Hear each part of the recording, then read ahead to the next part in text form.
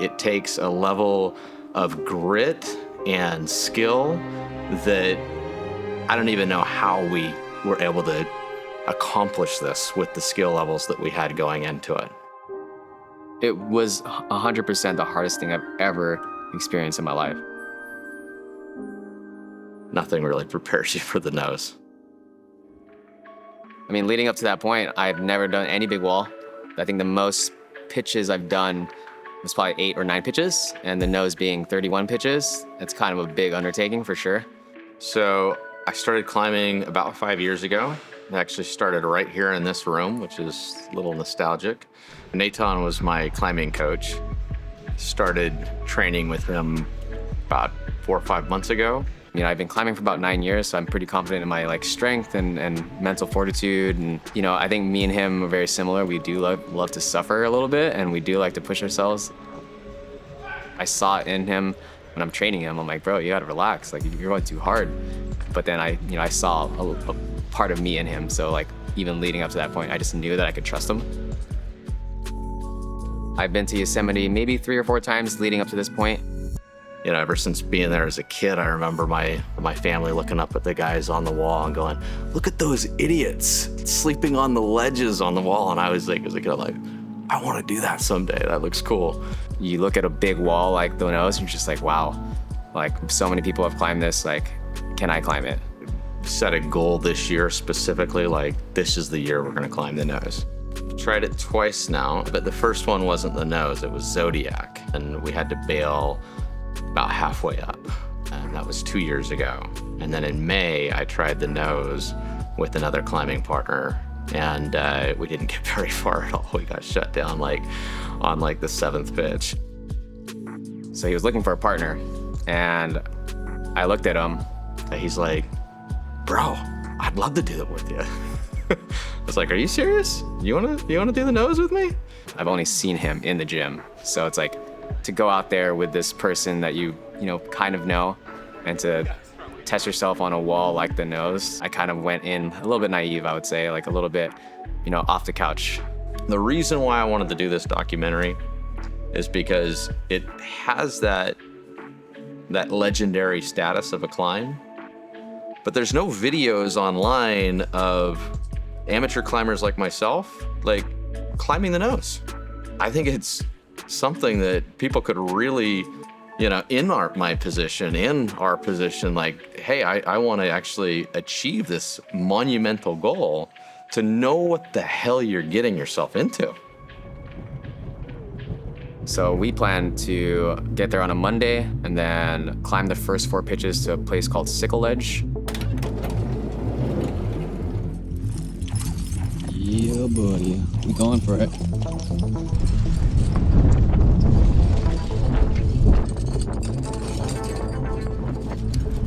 Nathan, leading pitch 1. Yeah, baby. Yeah. I think we started at 10 or 11 and ended up going until 7 or 8 p.m. Nathan's doing his first massive lower out. This is big wall climbing for you right there.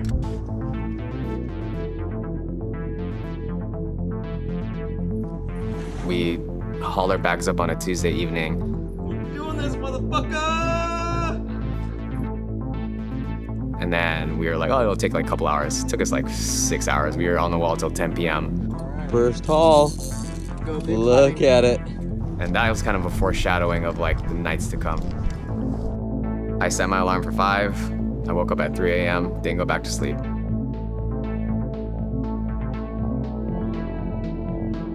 We were really nervous going into it. It's just all night tossing and turning. This is real. We're about to do this. We're gonna be on the wall for three days, hopefully. And then we finally got on the wall at around 7:30 a.m. There she is. El Cap in the morning. That's it. The push starts now. When we got back up to Sickle Ledge, which is where we had left all of our stuff and the haul bags and everything for the blast off, there's this huge lineup of 3 other climbing groups. So we were stuck on the Sickle Ledge for about 3 hours before even moving once. So it wasn't even until noon until we actually started on our first real pitch. Looking down at Nathan on Sickle Ledge. We're sitting up here on the 6th pitch. Day 1 of blast off. Getting ready to cruise over to Stove Legs.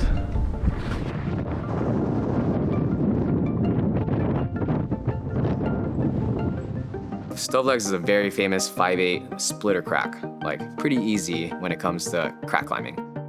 By the time he got there, it was probably like 5 or 6. It was like 40-mile-per-hour winds, and it was cold. You're like 800 feet in the air, and you look behind you, and you're just like, dude, this is terrifying.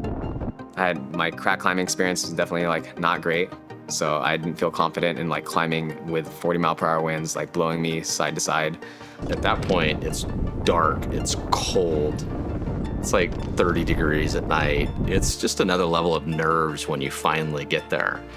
And most people don't climb the Stove Legs, but I ended up doing it because I don't feel comfortable like climbing this right now. My ladders were flying everywhere. Like I couldn't, like everything was getting tangled. Like the winds were just brutal and not the most ideal situation for a beautiful climb like the Stove Legs. What is it, 9 o'clock now? Getting cold as shit. It's just like the same thing for me. I'm like so excited to start climbing it, and I did like 4 or 5 moves, and I was like, this is really hard. And I, threw up my ladders and started aiding it.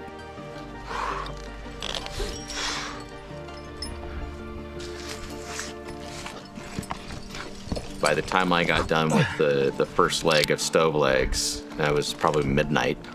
Nathan, your line is fixed! And then Nathan had to leave like another really challenging pitch where you actually can't aid it. You have to do a bunch of free moves off the ground. And I was like, yo, I'm tired. Like, I'm done. Like, can we like set up camp here? But we were not in a situation where you can set up camp. Can we just like wrap down and like set up down there because it's flatter? He's like, so if we wrap down, we're gonna have to quit. Do you want to bail or do you want to keep going? For like 10 minutes, I was just like looking around, like trying to decide, like, do I want to keep climbing? Do I want to quit? It was my favorite part of the climb. He looks at me and goes, my mama didn't raise a quitter. And I started racking up. And then after I got through that first pitch, I just continued to go. And like 2 or 2.5 hours later, it was 2 a.m. I finally saw like the anchors, and I just was like, I was just like, saw the light essentially at the end of the tunnel. I was just like, oh my God, there it is. Woo! We made it to a anchor. And we actually got right below Dolt Tower and set up camp. It was 4:30 a.m. But by the time our portal ledge was set up, We were so tired. and everyone always asks me, is like, how do you sleep on the portal ledge? And I'm like, bro, if you've been climbing for 14 hours and you're scared the whole time, you'll sleep anywhere. First time waking up, I was just like, wow, this is beautiful.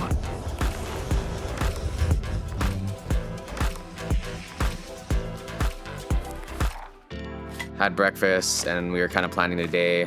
Let's just get to El Cap Tower. We'll get there by the afternoon, and let's just rest. The first pitch after Dolt Tower is a 5.7, 5.8 climb. So we're like, oh yeah, we're gonna bust through this in like 30 minutes, no big deal. Again, we were stuck behind a clog of people. We had to wait for them to move so that we can move. And finally, once they started moving, I remember Brandon climbing up above and then traversing. And you're traversing over like 100 feet. And so yeah, it's easy climbing, but when I finally get up to the next anchor, we're trying to lower the bags out and the bag gets stuck. On one end, the rope is stuck up in this crack so it won't lower out. On the other end, the lead line got stuck in a crack below him. I had to rappel off my lead line, which I didn't know if there was enough rope to get to the rope. So I was really scared to rappel down and potentially like rappel off the end of my rope. Started rapping down, and then this is like 45-mile-per-hour winds at this point. I'd never had to do that where I had to rappel down to unstick a rope. I just figured it out on the fly. I was like, okay, this is probably what I have to do. Hopefully everything's gonna be fine, I won't die. And then I finally saw the rope, and I saw it was just wedged in like this chasm. So I had to like yard and yard. I was hanging upside down, like pulling on this rope. And once I got it unstuck, I was like, oh my God. And I looked up and I was just like, I have to jug back up this 70 feet. So here we are thinking we're gonna knock this pitch out in an hour or less, and it took us 4. 2 more pitches to El Cap Tower. We can call it halfway. Let's go, baby. Let's go. This will be our 3rd straight night of climbing in the dark. So we probably got there around like 10. We were supposed to get there the first day, we didn't. So everything was like kind of like falling behind. Made it to El Cap Tower.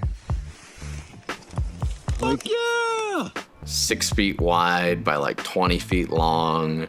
There was water reserves up there for us, which we totally used and were grateful for. And we got to just lay out mats. And we woke up that morning, we were like so happy. We were just like, oh my God, this is like a 5-star hotel compared to what we've been dealing with. Like we're walking around, we're having breakfast. That was our first time pooping on the wall, actually. There's these bags that we got, they're called L craps. And the moment has arrived. It's a first for everything. Inside these little pouches is a like plastic dog bag that you hold over your ass. Yeah, you can poop right there. Poop. I was gonna poop right there.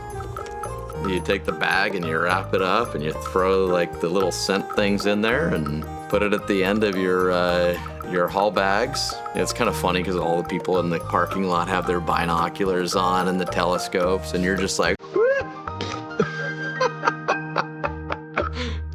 We are feeling so much better, rejuvenated, comfortable. El Cap Tower. Halfway there. Only way is up at this point. I lead the first pitch off of El Cap Tower, which goes into the Texas Flake.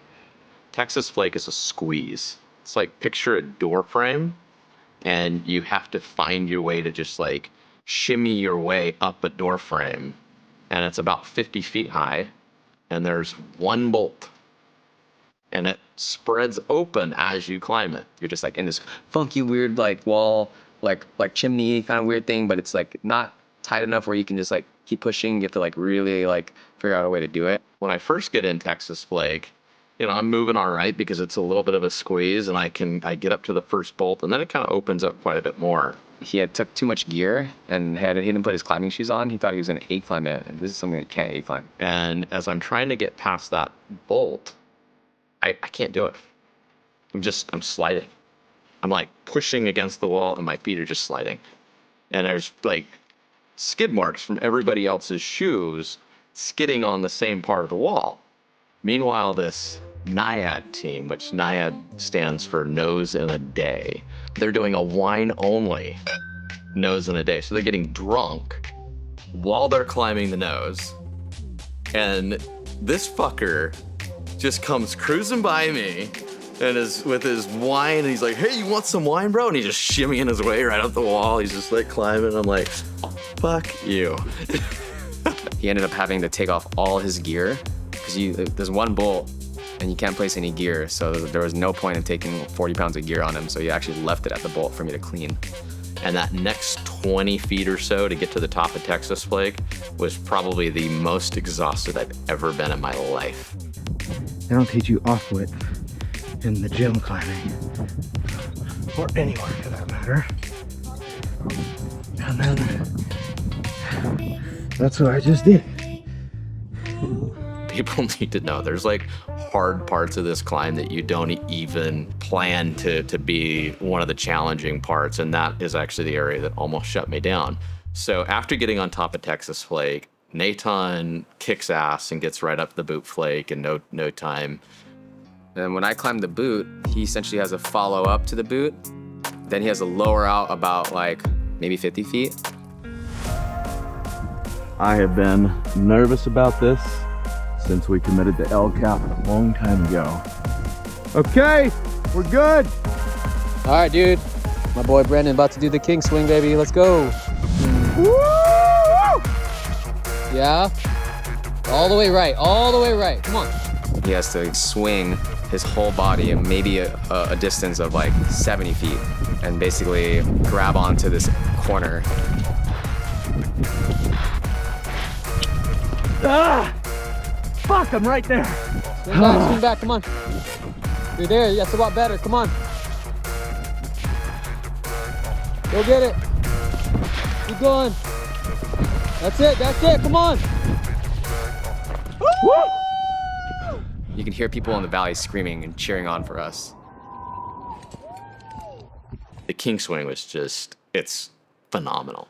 But then you get it and you have to do kind of like this V3 move in order to get back into the crack. That was pretty challenging. And fortunately, the climbers that were ahead of us looked down at me and gave me the beta. Wrap your left leg around it. Around the crack. Thank you. Fuck, I might be too low now. Shit.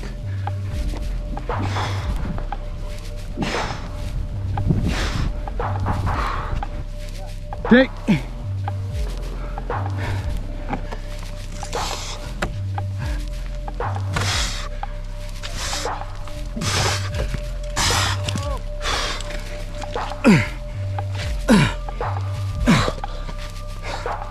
All right, take.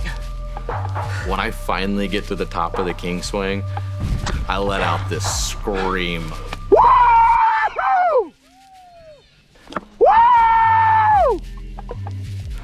One of the scary parts after the king swing is then you have to lead that entire next pitch totally unprotected.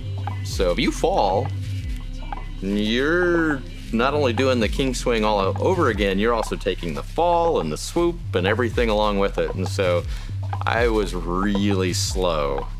Just finished the king swing and the scariest fucking lead all the way up to the top of Eagle Tower. And now I'm looking at the most beautiful sunset I may have ever seen. Then it was getting dark, and Nathan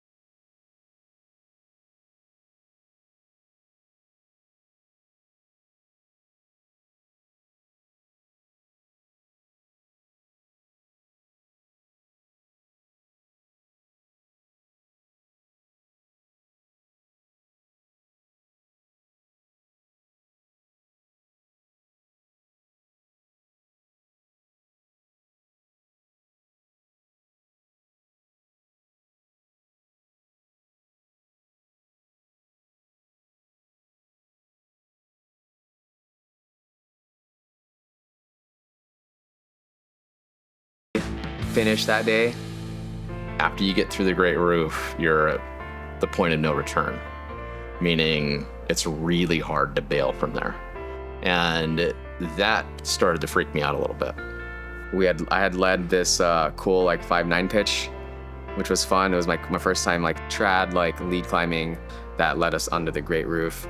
Enjoyable first part of the morning. We probably got there about noon. At this point, like in my mind, I'm like, we're gonna get to the top. Like it's fine. Like we're cruising.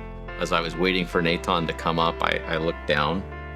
At this point, you're about 2,000 feet up, and you can just see the nose just coming right down. And I started to have a little bit of a panic attack, especially knowing that we were probably gonna run out of food. We might run out of water, and we're gonna spend an extra 2 days on the wall. And so the nerves really hit me hard.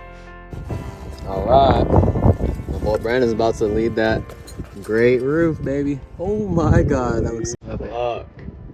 I stopped looking down, tried to compose myself, and just get into the zone of like, no, we're gonna do this. I let the mind and all the anxiousness go, and just flew through the Great Roof. Brandon's leading the Great Roof right now. Oh my God.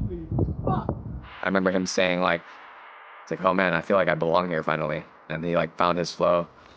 And by the time he finished it, the sun was setting. My boy over there just sent the Great Roof. Yeah, buddy, I'm cleaning it. Look at this, dude. And I was like, bro, like, impressive lead.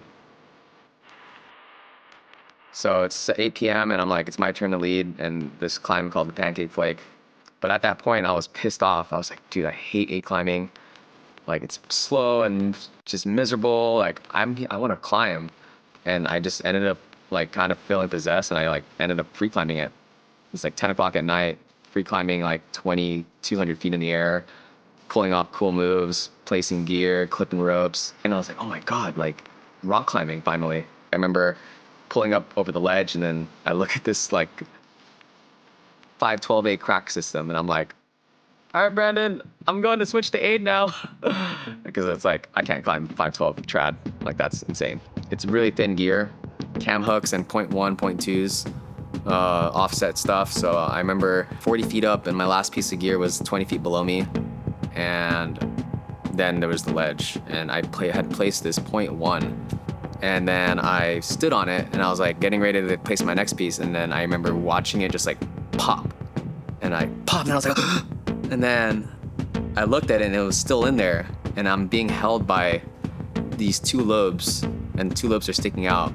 And I was just like staring at it, and I was just like waiting for it to pop. And I was like, and I like grabbed my cam hook, and I shoved it in the crack right above it, and then like pulled in on it. And I was just like, looked at it, and I pulled it out, and I was just like, holy shit, like this literal like 0.1 piece kept me from like dying that day, or getting potentially seriously injured, because I would have took a 40-foot fall, and I probably would have hit that same ledge that that climber broke his ankle on. So I was just like, oh my God, dude, that was terrifying. Finally, like got to the anchors. I was like, oh my God, thank God it's over. And you know, at this point, it's 11:30 at night.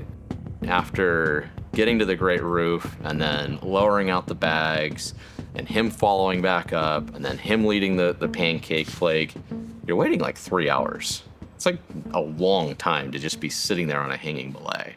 So now I follow him back up the pancake flake, get up to the top of that, and it's time for me to lead. So we ate some food.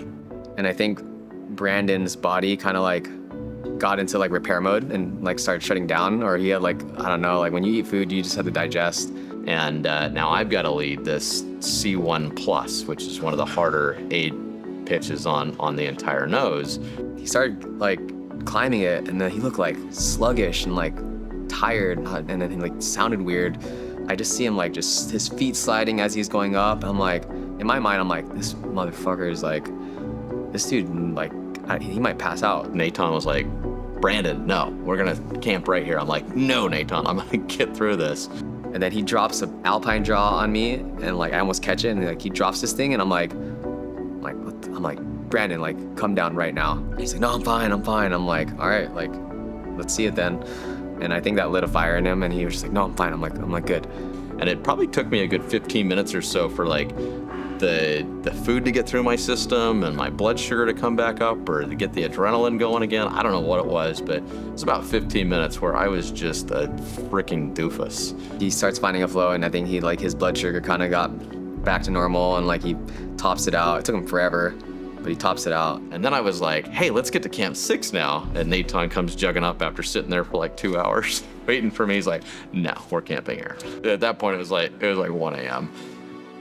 And I remember we were like, okay, well, tomorrow we only have like half a bagel and like some honey stingers and some trail mix for breakfast. And I think we only had like 1 liter each of water left on that night.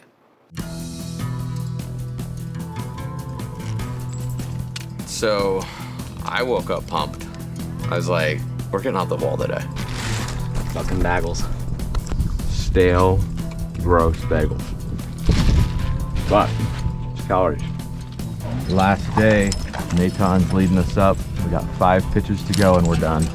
Nathan leads the first pitch, does a good job, gets through it pretty quickly. I flew through the next pitch, and then we got to the changing corners pitch. Changing corners is one of the famous lines there. All right. Nathan's about ready to lead us up changing corners. I ended up, looking at it, and I was like, I'm gonna free climb this. It was really windy. I'm like 2,600 feet free climbing, running out like this lie back, which was like, I felt cool, but also I was terrified. Nice. And then I got to the changing corners pitch where the first bolt is, and I look at the wall, and I'm like, bro, like 5'11", like this is bullshit. Like This is not 5'11". You know, he crushed the free climbing part of that. He's such a good free climber. But then when he got on 8, it was slow. It was like probably one of the hardest pitches that I had the 8 climb. It takes me forever, like 4 hours to finish this pitch. We got to changing corners, it was like noon, and it was like getting dark by the time we were done with it. You know, it's our 5th straight night climbing into the dark. Just another day, climbing on a cap in the dark. At this point, I have like maybe like, I want to say 10 ounces, 15 ounces of water left, and we have like 4 pitches to go. My body and mind hit this like, this overtime like clutch mode of like, you need to do this to survive.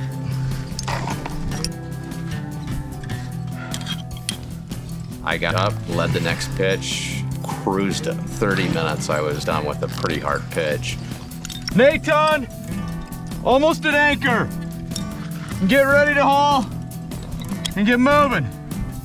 12 hours without food, and like on a normal day that's fine, but when you're doing 6,000 calories worth of work, it's not. I jog up to him, and as I'm getting there, I'm like literally like fighting every urge of my body to like not pass out at this point. You got this, homie. If you want, I'll lead the next pitch. You're feeling it. I'm feeling it, dude. I want to get us off the rock. I'll take us all the way home. You're feeling it, please. I feel fucking great. And when he said that, I was just like, I was like, please, like in my mind, I was like, I can't climb anymore. If I had stopped and had another like 2-hour sit at a belay station, I would have lost it. So I actually am grateful for him for letting me kind of take over that last part of the climb and lead the rest of the pitches and haul and everything that I had to do, because I had to keep moving.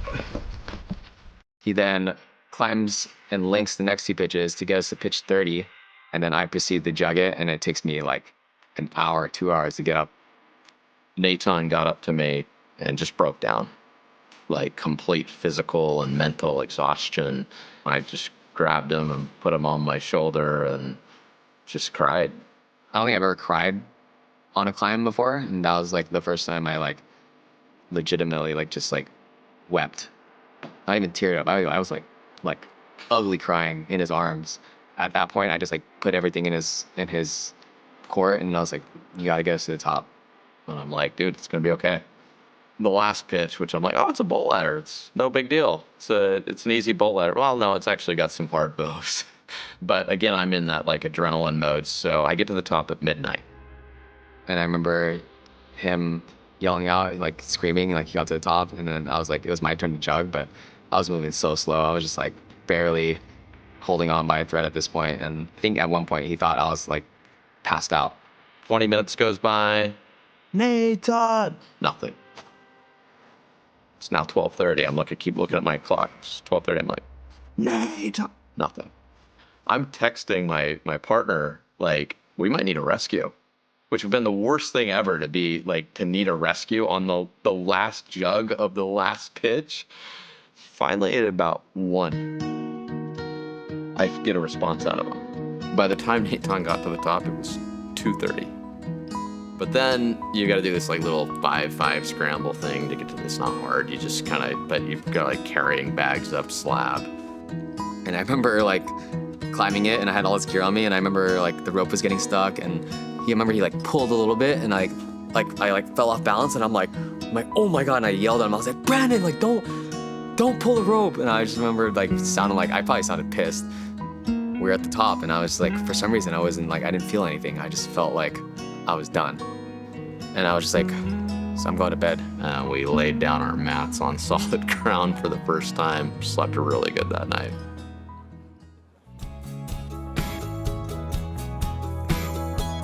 We woke up that morning, and I hear voices. It's like, hey, like, wake up. We have friends over here. They got food. That's the 3 people that were ahead of us on Camp 5. They had extra food and water, and it was just like, hell yeah. They gave us coffee. I haven't had coffee in 5 days. We got all these like Halloween candies and shit that they brought up to celebrate, because it's Halloween when we got to the top. Thank you all. We did it. We topped out Cap. Hey, hug, buddy. Get over here, homie. We were just like, bro, like we did it. Like we survived. Some people do nose in a day. We did nose in a week. You're at the top of the nose, baby. Once we started to hike down, I realized like if I didn't have any of that food or any of that water, I probably would have not been able to make it off the mountain, because I didn't know that the freaking hike was like a 4-hour hike down with 80 pounds on your back. I didn't actually feel the like sense of accomplishment that this was over until we hit ground. Climbed it. That's like a coveted line that most climbers would dream of doing. It feels amazing to have completed, but you better really, really want it.